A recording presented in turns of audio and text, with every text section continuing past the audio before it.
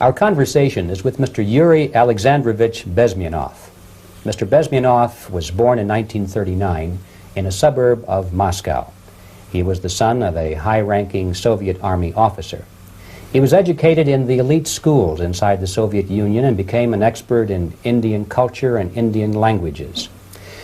He had an outstanding career with Novosti, which was the, and still is, I should say, the press arm or the press agency of the Soviet Union. It turns out that this is also a front for the KGB. One of his interesting assignments was to brainwash foreign diplomats when they visited Moscow. And he'll tell us a little bit about how they did this and how they planted information which eventually wound up in the press of the free world. He escaped to the West in 1970 after becoming totally disgusted with the Soviet system, and he did this at great risk to his life. He certainly is one of the world's outstanding experts on the subject of Soviet propaganda and disinformation and active measures. Mr. Bezmenov, I'd like to begin by having you tell us a little bit about some of your childhood memories. Well, the most vivid memory of my childhood was Second World War, or to be more precise, the end of the Second World War, when all of a sudden United States, from a friendly nation which helped us to defeat Nazism, turned overnight into a deadly enemy. And it was very shocking because all newspapers were trying to present an image of belligerent, aggressive American imperialism. Most of the things that we were taught is that United States is aggressive power, which is just about to invade our beautiful, free socialist country, that American CIA is dropping Colorado beetles on our beautiful potato fields to eliminate our crops. And each schoolboy had a picture of Colorado bug on the back page of his notebook. And we were instructed to go into collective fields to search for those little Colorado bugs. Of course, we couldn't find any. Neither we could find many potatoes. And that was explained again by the encroachments of the decadent imperialist power. The anti-American paranoia, hysteria in the Soviet propaganda was to such of such a higher degree that many less skeptical people or less stubborn would really believe that the United States is just about to invade our beautiful motherland, and some secretly hope that it will come true. That's interesting. Yes. Well, getting back to life inside the Soviet Union or inside communist countries in general, in this country, at the university level primarily, we read and hear that the Soviet system is different from ours, but not that different, and that there is a convergence developing between all of the systems of the world, and that really it doesn't make an awful lot of difference what system you live under, because you have corruption and dishonesty and tyranny and all that sort of thing. From your personal experience, what is the difference between life under communism and life in the United States?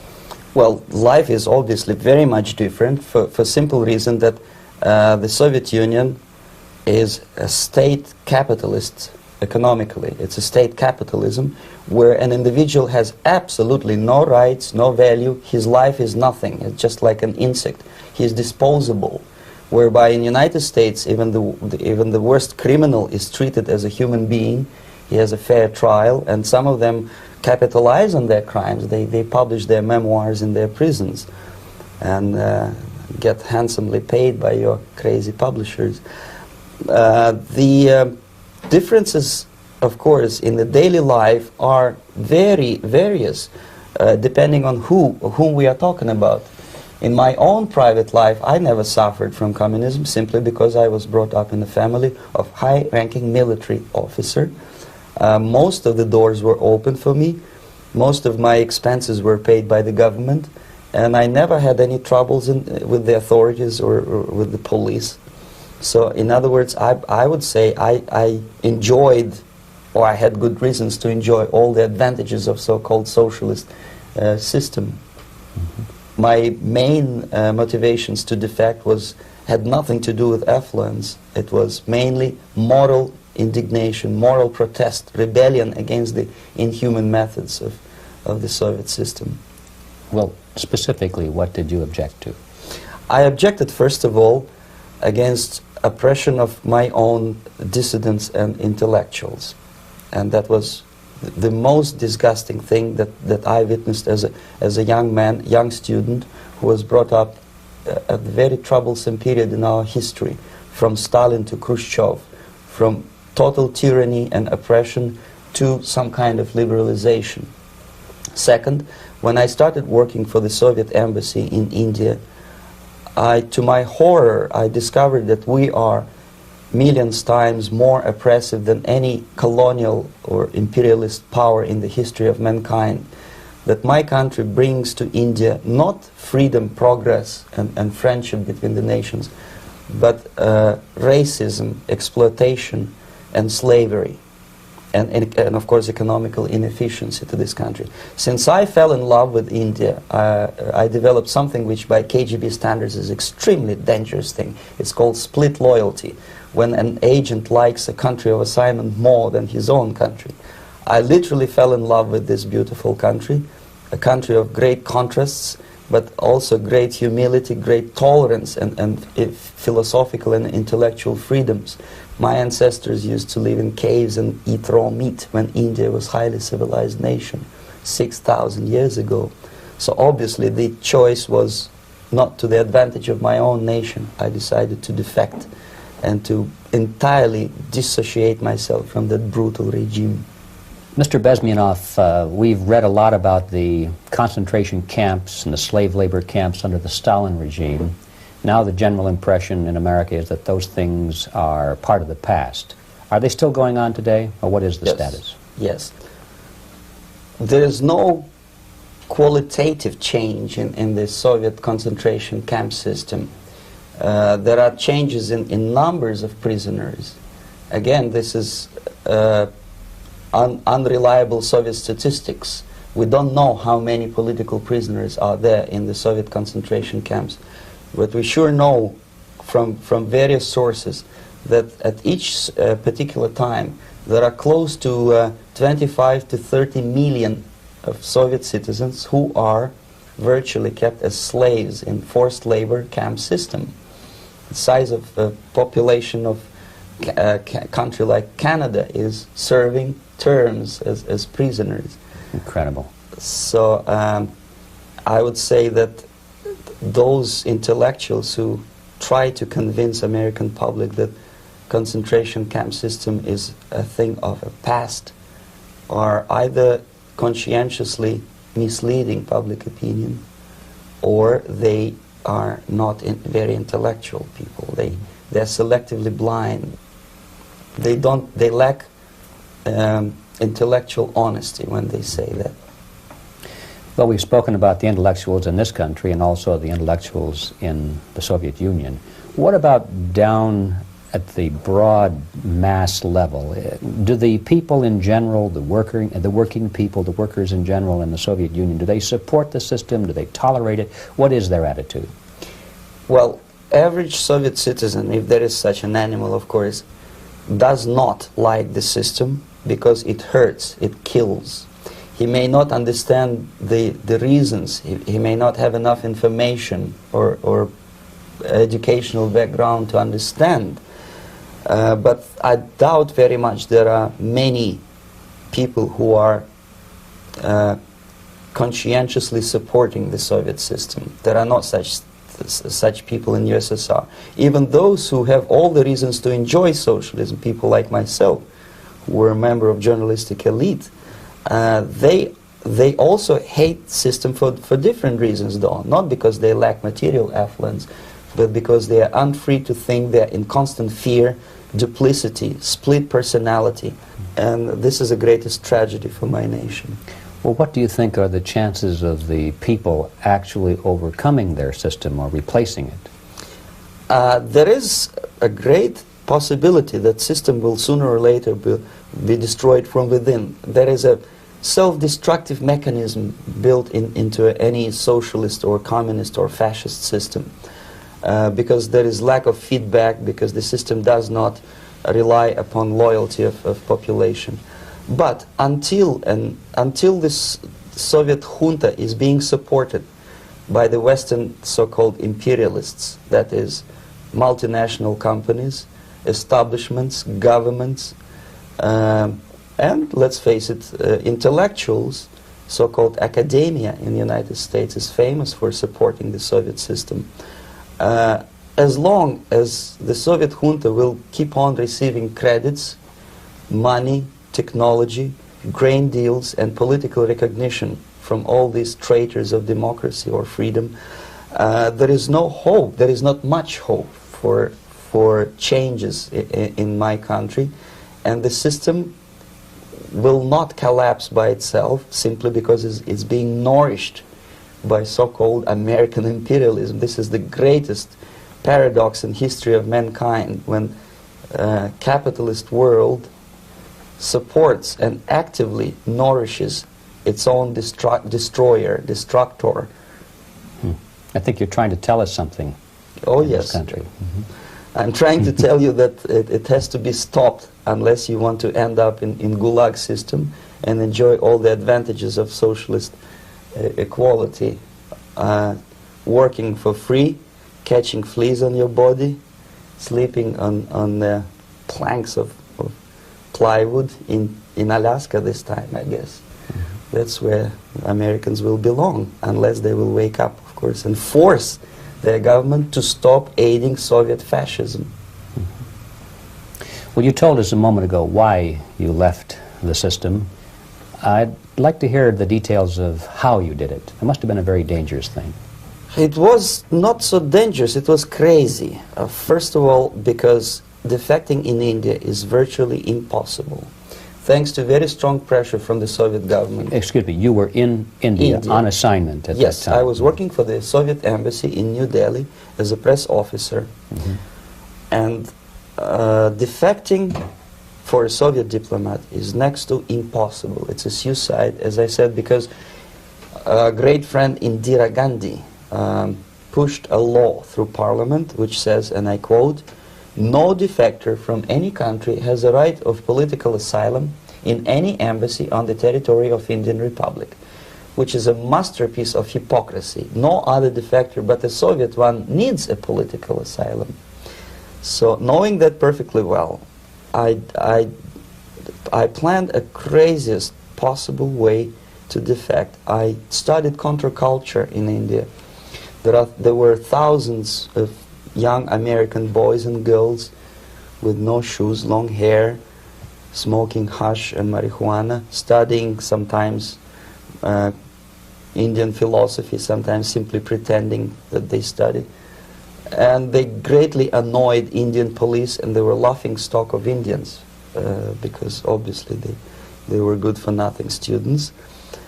I studied carefully where they congregate, what routes they travel, what language they speak, what do they smoke. And one day I simply joined a group of hippies to avoid detection of Indian police. I was dressed as a typical hippie with blue jeans, long kameez shirts with all kind of nice decorations like beads, long hairs. I bought a wig because for several weeks I had to turn myself from a conservative Soviet diplomat into a very progressive American hippie. And that was the only way that I could avoid detection. It was very interesting experience, but it was necessary because from my own knowledge as a member of Soviet embassy staff, I knew that there were many cases when Soviet defectors were betrayed by Indian police, and also some Western embassies played a very dirty role in betraying the Soviet defectors. According to our information, they were some, I wouldn't call them double agents, but simply immoral people working for the United States Embassy. And confining in people like this would be a suicide. So I had to be extremely careful. I could not trust anyone. And that was the reason for such a crazy way to defect. Well, had you been caught in the act of trying to get out, what would have happened to you? Oh, most likely I would end up in concentration camp. Or, depending on the situation and on the whim of some bureaucrat in KGB, maybe even executed. This is normal practice. Quietly, of course. not publicly. But that would be the end of my defection, of course. Well, when did you finally make it to the United States? In 1970, after about 6 months of debriefing in Athens by the CIA, and I presume FBI too, they let me go first to Germany, then to Canada. That was my decision. I had to change my identity to protect my family and my friends in USSR. And also I was a little bit paranoid knowing that both Soviet KGB and probably some double agents within the American system may be after me. So I wanted to settle down as far away as possible. I requested CIA to give me some kind of new identity and just let me go on my own. And I settled in Canada. I was a student. I changed many professions, from farm help and laundry truck driver to language instructor and broadcaster for Canadian Broadcasting Corporations in Montreal. Well, have you had any threats on your life or any yes. unpleasant? In about 5 years, KGB eventually discovered that I am working for Canadian Broadcasting.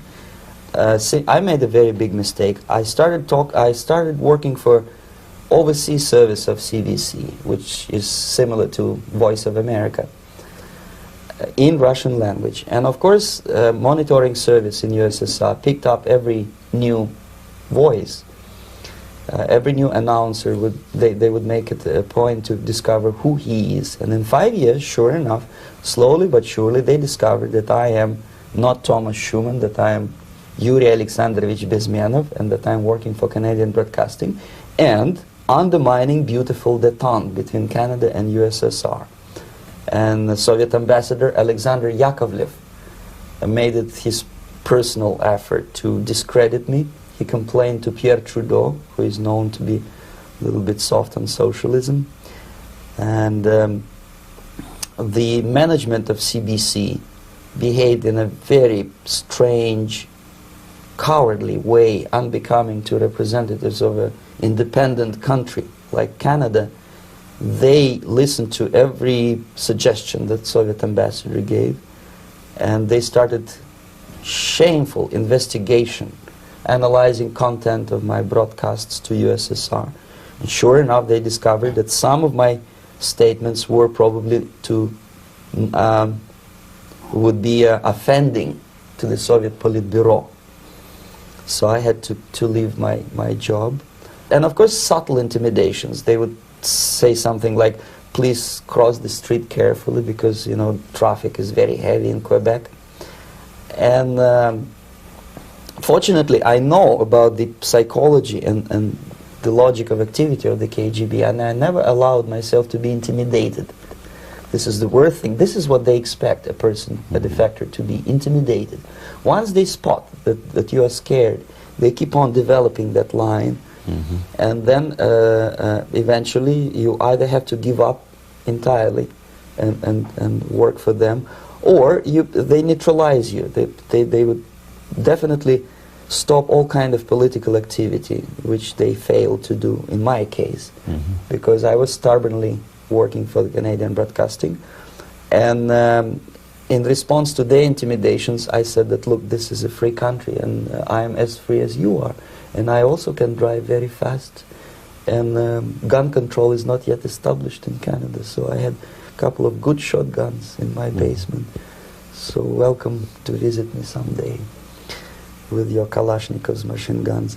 So obviously it didn't work. Intimidation didn't work. So they tried different approach, as I described. They approached on the highest level, on the level of Canadian bureaucracy. Mm-hmm. And at that level they were successful. On that level they were successful. On individual level they failed flat. Mr. Bezmenov has brought a series of slides with him that he has taken from the Soviet Union, and I think this is a good time to take a look at the slides. Yes. Now, the viewers will be able to see these slides as we talk about them. Yes, this is a collection of slides which are, some of them are snapshots from my family album, some of them are documents which I smuggled from the Soviet embassy and some are reproductions from local mass media. I usually show them to establish my credibility as a defector. This is a picture of my native town, Mытищи, about 20 miles north from Moscow. Characteristically, there is a statue of Comrade Lenin in the central square. This is myself at the age of 7, again, characteristically, and the statue of Comrade Stalin extending his friendly hand to peoples of the world. At that age, of course, I was still idealistically minded young communist, and I still believe that sooner or later things will go for better. But I realized that the system stinks, that something is fishy, and that ideology is fake, and the propaganda about advanced Soviet agriculture simply didn't meet the criteria of reality. If they talk about abundance of food and there is none in the stores, there must be something wrong. My father was, he is on the left here, my father was officer of the General Staff of the Soviet Army. He was inspector of land forces, Soviet troops stationed in countries like Mongolia, Cuba, East European countries. Were he alive today, most likely he would be inspecting Soviet troops in Nicaragua, Angola, and many other parts of the world. Fortunately, he died and he didn't see the disgrace, because deep inside he was a Russian patriot. He didn't like the idea of expanding Soviet military might, especially in the areas where we were not welcomed at all. Unlike many other military officers, he was reporting directly to the Minister of Defense, bypassing KGB and diplomatic service. In other words, he was a trusted military professional. And my impression that this type of people are much less hawkish and adventuristic than party bureaucrats in Kremlin. When American mass media describes Soviet military as potentially dangerous counterpart for Pentagon, I simply laugh, because I know better. I know that the most dangerous part of the Soviet power structures are not military at all. Most likely, if they come to power in my country, they'll be more sensible negotiators for nuclear disarmament and withdrawal of the Soviet troops from many parts of the world. But if someone from the party structure or the KGB structure were to give the orders for a military intervention, they have to obey, they would follow, because they are professional military. But you see, the triangle of power and hate in USSR is the party at the top, the party elite, the oligarchy of the party, then the military, and the KGB at the bottom. They hate each other, and the most hated triangle, the most hated corner of the triangle is the Communist Party bureaucrats. They are the most adventuristic, senile megalomaniacs. They can start war, I wouldn't be surprised. Not the military. They know what war is. Yes. At least my father did. This is the picture taken at the entrance of my Institute of Oriental Languages. It's a part of Moscow State University. I graduated in 1963, and now, excuse me, which one were you on? I am on the right. You're on the right. And on the left is my my schoolmate Vadim Smirnov, who later was an apparatchik in the Central Committee of the Soviet Union Communist Party. What is an apparatchik?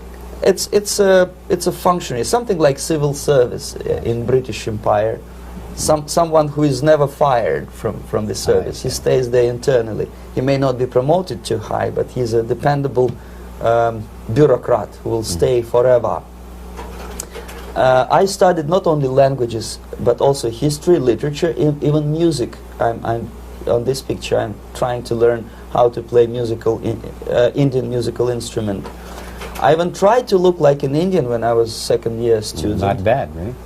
Yes, actually it was strongly encouraged by the instructors in my school, because the graduates of my school were later on employed as diplomats, foreign journalists, or spies. As every Soviet student, I was quote-unquote volunteering for harvesting grain in Kazakhstan.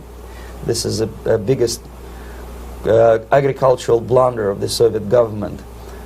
But I didn't have much choice, of course, because the communist motto borrowed from the Bible says, "Those who do not work shall not eat." And you can see me eating, therefore I was working, and you can see how happy I was about it.